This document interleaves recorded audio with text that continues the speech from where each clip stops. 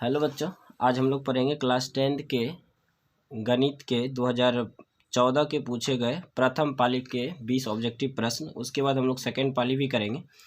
तो देखते हैं क्वेश्चन क्या है। देखिए क्वेश्चन, यदि अल्फा तथा बीटा द्विघात बहुपद f(x) बराबर x² + 2x + 3 के मूल हो तो 1/अल्फा जोड़ 1/बीटा का मान ज्ञात करना है। ठीक है, तो देखिए यहाँ पे f(x) बराबर क्या है, x² + 2x + 3। तो 1/अल्फा जोड़ 1/बीटा का मान निकालना, तो अल्फा इंटू बीटा का लघुत्तम ले लीजिए। अल्फा इंटू बीटा क्या हो गया, अल्फा इंटू बीटा हो गया। अल्फा से भाग कीजिए तो अल्फा कैंसिल हो गया, बच गया बीटा। बीटा गुना 1 कीजिए, बीटा आ गया। बीटा से भाग कीजिए, बीटा खत्म हुआ, बीटा यहाँ बचा अल्फा। अल्फा गुना 1 तो अल्फा हो गया। तो अल्फा जोड़ बीटा का सूत्र क्या हो गया आपका, -b/a, और अल्फा इंटू बीटा क्या हो गया, c/a। तो यहाँ a कैंसिल हो गया, क्या बच गया आपको, -b/c बच जाएगा। -b/c, तो यहाँ a का वैल्यू क्या होगा, 1 होगा, b का वैल्यू क्या होगा आपका 2 होगा, और c का वैल्यू क्या होगा 3। क्या बचा, -b/c। तो b का वैल्यू आपको कितना है, यहाँ पे 2 है, और c का वैल्यू कितना है 3 है। तो -2/3, -2/3 ऑप्शन देख लीजिए कितना है, -2/3। ऑप्शन बी है इसका सही आंसर। चलते हैं नेक्स्ट क्वेश्चन की ओर। देखिए यहाँ पे प्रश्न क्या है, द्विघात बहुपद x² - 3 के शून्यक होंगे। आप अपना क्वेश्चन बैंक निकालिए और उसमें प्रश्न देख सकते हैं 2014 के प्रथम पाली का प्रश्न। ठीक है, उसमें सवाल है द्विघात बहुपद x² - 3 के शून्यक क्या होंगे। तो अब हम लोग निकाल के देखते हैं। देखिए सवाल दिया है x² - 3 के शून्यक। यहाँ पे इसको दो तरीके से बना सकते हैं, तो फिलहाल हम एक तरीका बताते हैं यहाँ पे शॉर्टकट। यहाँ बराबर 0 मानिए, ठीक है, -3 इधर कीजिए, +3, स्क्वायर हटाइए, स्क्वायर हटाइए, इधर क्या आ जाएगा, रूट। किसी भी संख्या के 2 रूट होता है, यानी 2 वर्गमूल होता है, एक प्लस में एक माइनस में। तो ये आ जाएगा +√3 -√3, इसको लिख सकते हैं। तो ऑप्शन देख लीजिए कितना है, ये ऑप्शन देखिएगा तो पहला ऑप्शन है 3, दूसरा है -√3 +√3, तीसरा है दोनों माइनस में है, -√3 -3, और तीसरा जो -3 तो ऑप्शन आपको बी हो जाएगा सही आंसर। +√3 -√3 लिखिए, या -√3 +√3 लिखिए, ठीक है, दोनों एक ही बात। ऑप्शन नंबर ये क्या हो जाएगा आपका, ऑप्शन नंबर आपका हो जाएगा बी हो जाएगा इसका सही आंसर। ठीक है, तो आप सॉल्व करना इसको आसान है। -3 इधर कीजिए, +3, स्क्वायर हटाइएगा, रूट आ जाएगा, तो एक प्लस एक माइनस। ठीक है, नेक्स्ट क्वेश्चन देखिए क्या है, वृत्ताकार पथ पर 3 धावक, वृत्ताकार पथ पर 3 धावक जो है, देखिए यहाँ पे क्वेश्चन थोड़ा पढ़ सकते हैं। ये दिया है वृत्ताकार पथ पर 3 धावक एक ही स्थान से दौड़ना प्रारंभ करते हैं, तो एक चक्कर लगाने में क्रमशः 3 घंटे, 4 घंटे तथा 8 घंटे समय लगते हैं। तो तीनों को प्रस्थान बिंदु पर पुनः मिलने में कितना समय होगा, कितना समय लगेगा। ये इस तरह का प्रश्न है, आप देख सकते हैं क्वेश्चन। ठीक है, तो इसको क्या करना है, जैसे दिया है ना 3 घंटे 4 घंटे समय लगते हैं, तो सबका क्या करना है, लघुत्तम निकाल लीजिए, लघुत्तम निकाल लीजिए। तो यहाँ से 2 से खिलाइए, 3 रह गया, ये 2, 4 आ जाएगा, फिर 2 से 3, हाँ ये कितना आ जाएगा आपको, लघुत्तम निकाल लीजिए ना साधारण से। 3 का 3 रह गया 2, फिर 4, फिर यहाँ 3 रह गया 1 2, तो 2 दूनी 4, 12 दूनी 24, 24 घंटा लगेगा पुनः उसको उस स्थान पर आने में। ठीक है, कितना घंटा लगेगा, 24 घंटा। ऑप्शन देख सकते हैं कितना है, ऑप्शन नंबर, ठीक है, ऑप्शन नंबर आपका हो जाएगा इसका सही आंसर, डी हो जाएगा सही आंसर, 24 घंटे। ठीक है, अब देखिए क्वेश्चन है 2 3 0 3 2 का बहुलक क्या होगा। ठीक है, तो यहाँ आप देखिए, तो ये 2 3 0 3 2 6 का तो क्वेश्चन नंबर 4 जो है देखेंगे 2 3 0 3 2 6 का बहुलक क्या होगा। तो बहुलक क्या होता है, दिए गए फ्रैक्शन में जो संख्या सबसे अधिक बार होता है, वही दिए गए फ्रैक्शन में जिस संख्या की बारंबारता सबसे अधिक होती है वही बहुलक होता है। तो यहाँ पे देखेंगे कि पहले तो इसको क्या करना है, आरोही क्रम या अवरोही क्रम में लिखना है, मतलब घटते अथवा बढ़ते क्रम में लिखना है। जैसे देखिए यहाँ पे हम बढ़ते क्रम में लिखते हैं। सबसे छोटा क्या है, 0 है, उसके बाद 2 है, 2 है, 3 है, 3 है और 6 है। यहाँ पर अगर देखेंगे तो लिखने के बाद तो सबसे अधिक जो बारंबारता है 2 का भी 2 बार है और इसका भी 3 का भी 2 बार है। डेफिनेशन के अनुसार जो है इसकी जिसकी बारंबारता सबसे अधिक होती है वही बहुलक होता है। तो यहाँ पे दोनों का बराबर है, तो ऑप्शन के अनुसार इसका अगर देखेंगे तो इसका मतलब है कि क्लियर नहीं हो पा रहा है ना किसका सबसे अधिक बारंबारता है, तो इसका कोई ऑप्शन इसका नहीं होगा आंसर। ठीक है, इसका कोई आंसर नहीं होगा, ऑप्शन इसका गलत है, यानी प्रश्न ही गलत है। ठीक है, तो नेक्स्ट क्वेश्चन चलते हैं। देखिए दिया गया है 2 समान कोणिक त्रिभुजों में उनकी संगत भुजाओं का अनुपात सदैव समान रहता है, किसने यह कथन कहा? कह रहे 2 समान कोणिक त्रिभुज में उनकी संगत भुजाओं का अनुपात सदैव समान रहता है, यह कथन किसने कहा था? थेल्स ने कहा था। ठीक है, नेक्स्ट क्वेश्चन चलिए। बिंदुओं ए 4,5 तथा 6,5 को मिलाने वाली रेखा का मध्य बिंदु क्या होगा? ठीक है, देखिए मध्य बिंदु हम लोगों को निकालना है। दिया गया बिंदु है ए, दिया गया है 4, कितना दिया है आपको? 5 दिया है, 4,5 और ऑप्शन बी, पेन ही खत्म हो गया। तो क्वेश्चन हम लोग का है मध्य बिंदु निकालना 4,5 और बिंदु बी जो दिया गया है देखिए 6,5। तो मध्य बिंदु का सूत्र क्या होता है? x1 जोड़ x2/2 y1 जोड़ y2/2। ये x का सूत्र होता है, निर्देशांक बराबर सूत्र होता है, और ये आपका जो है y के निर्देशांक बराबर सूत्र होता है। तो देखिए ये x1, ये y1 और ये x2 और ये y2 होता है। तो x1 कितना है? 4 है। y1 कितना है आपका? x1 जोड़ x2 लिखना है, सॉरी x4 है x1 और x2 कितना है? 6 है। y1 कितना? 5 है और y2 कितना है? 5। तो 6 4 10/2 कितना आ जाएगा? 5 होगा, और ये कितना होगा? 10/2 यानी 5। तो मध्य बिंदु का जो निर्देशांक हो जाएगा यहाँ पे क्या हो जाएगा? मध्य बिंदु का निर्देशांक, ठीक है, क्या हो जाएगा? निर्देशांक यानी कि 5,5। तो देखिए दिया गया है ना, जो x का निर्देशांक x वाला जोड़ के 2 से भाग कर दीजिए, y को y वाला के साथ जोड़ के 2 से भाग कर दीजिए, वही उसका मध्य बिंदु का निर्देशांक निकल जाएगा। ठीक है, नेक्स्ट क्वेश्चन देखते हैं। क्वेश्चन नंबर 7 है, यदि किसी वृत्त की त्रिज्या आधी कर दी जाए तो पुराने तथा नए वृत्त के परिधियों का अनुपात क्या होगा? तो देख लेते हैं हम लोग। ठीक है, करें यदि किसी वृत्त की त्रिज्या हम आधी कर दी जाए, तो मान लेते हैं, माना कि त्रिज्या वृत्त का जो है r है, अभी क्या है? त्रिज्या r है, इसको हम लोग क्या किए? त्रिज्या को आधा कर दिए। ये पुराने वृत्त एक तरह से हो गया, पुराने वृत्त, ठीक है, आधा कर दिए।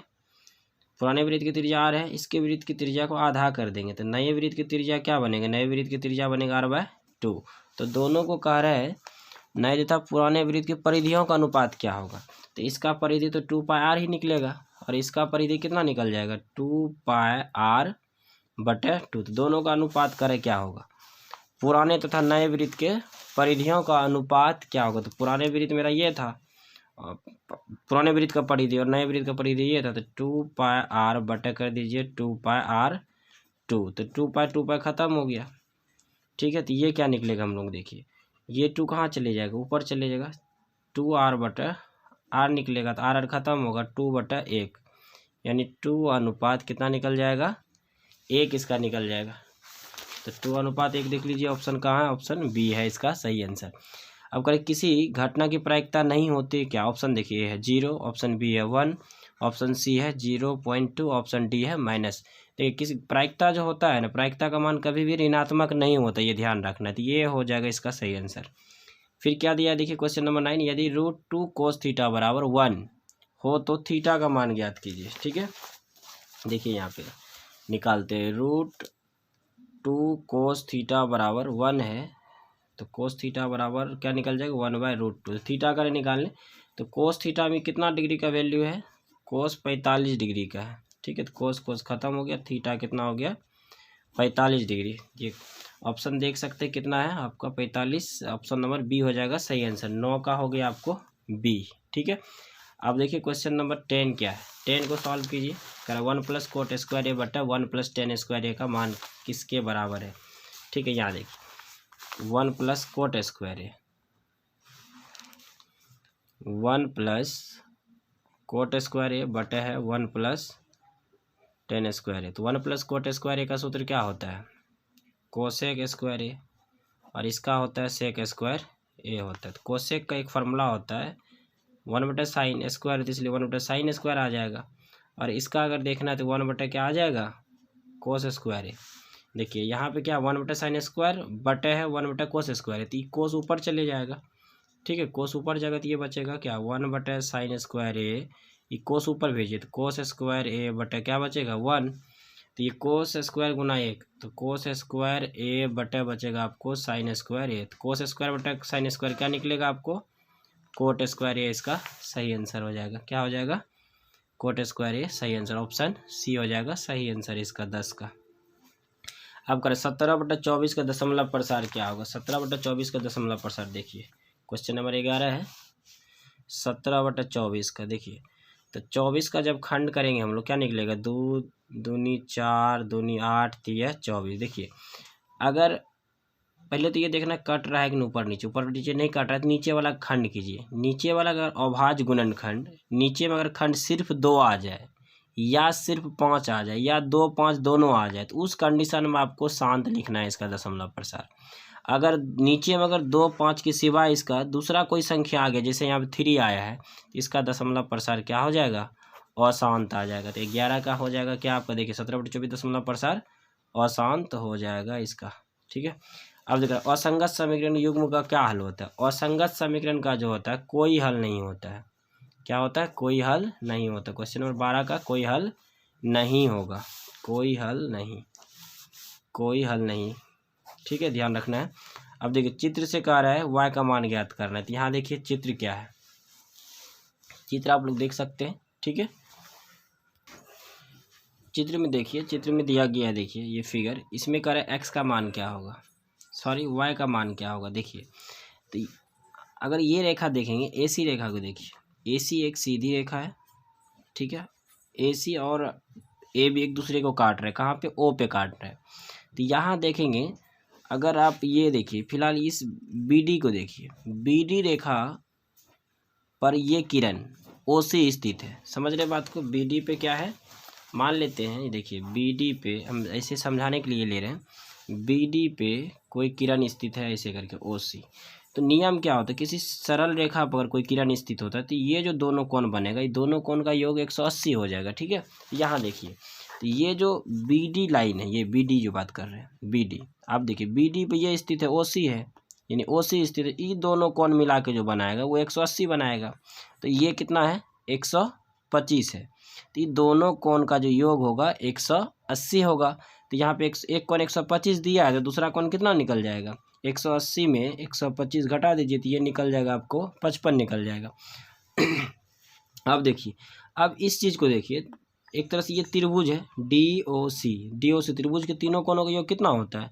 180 डिग्री होता है। तो यहाँ 2 कोण पता है, 2 कोण कितना है? एक 70 निकला, एक 55 डिग्री निकला, 70 25 कितना हो गया? 70 55 125 निकल गया। तो त्रिभुज के तीनों कोणों का योग कितना है? 180 डिग्री होगा। तो ये दोनों को जोड़ेंगे तो 125 प्लस x बराबर लिख दीजिए 180 डिग्री। तो सॉल्व करेंगे तो ये निकल जाएगा आपको कितना? ये भी निकलेगा आपको 55 डिग्री, यानी 70 55 125 हुआ। तो चूंकि त्रिभुज के तीनों कोण का योग कितना? 180, तो 180 में 125 घटाए 55। अब देखिए ये कोण, चूंकि ये दोनों रेखा समांतर है, तो ये कोण जो होगा एकांतर कोण होगा। तो एकांतर कोण, दो समांतर रेखाओं के बीच एकांतर कोण बनता है वो हमेशा बराबर होता है। अगर ये x 55 है तो ये भी y कितना होगा? 55 डिग्री होगा। तो यानी कि y का मान कितना हो जाएगा? यहाँ 55 डिग्री हो जाएगा। अब देखिए कार्य वृत्त की स्पर्श रेखा स्पर्श बिंदु से केंद्र के मिलाने वाली रेखा पर क्या हो? मिलाने वाली रेखा पर क्या होती है? लंब होती है। क्या होती है? लंब होती है। x अक्ष पर स्थित किसी बिंदु का y नियामक क्या कहलाता है? मतलब ये कह रहा है x अक्ष पर स्थित किसी बिंदु का y निर्देशांक डैश होता है। x अक्ष पर अगर स्थित होता है, देखिए x अक्ष पर स्थित किसी बिंदु का, जैसे x अक्ष पर स्थित है, मान लेते ये x एक्सिस है, इस पे अगर कोई बिंदु स्थित है तो इसका निर्देशांक क्या होता है? x, 0 होता है। यानी y का नियामक या y का निर्देशांक क्या हो जाएगा? इसका 0 हो जाएगा, ठीक है। अब देखिए कार्य कार्तीय तल में स्थित बिंदु 6, 0 के कोटि का मान डैश होगा।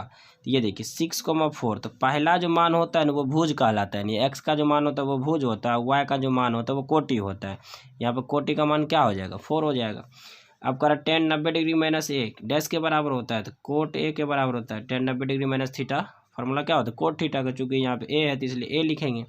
अब देखिए cot 60 degree into cos 30 degree plus है sine 60 degree into sine 30 degree का मान सॉल्व करना होगा इसको, ठीक है। तो ये हो जाएगा आपको, हालांकि हमें लगता है यहाँ पे ये कोस होगा, ठीक है। कोस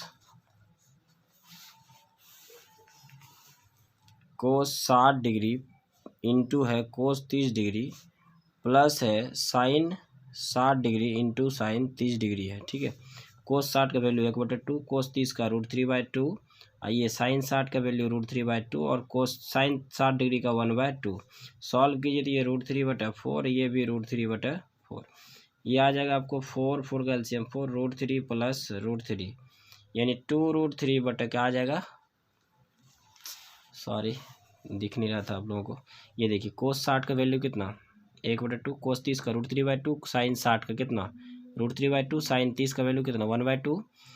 1 गुना √3 तो √3, 2 गुना 2 4, फिर 1 गुना √3 2 गुना 2 4। तो यहाँ देखिए 4 का लघुत्तम क्या हो गया 4 हो गया।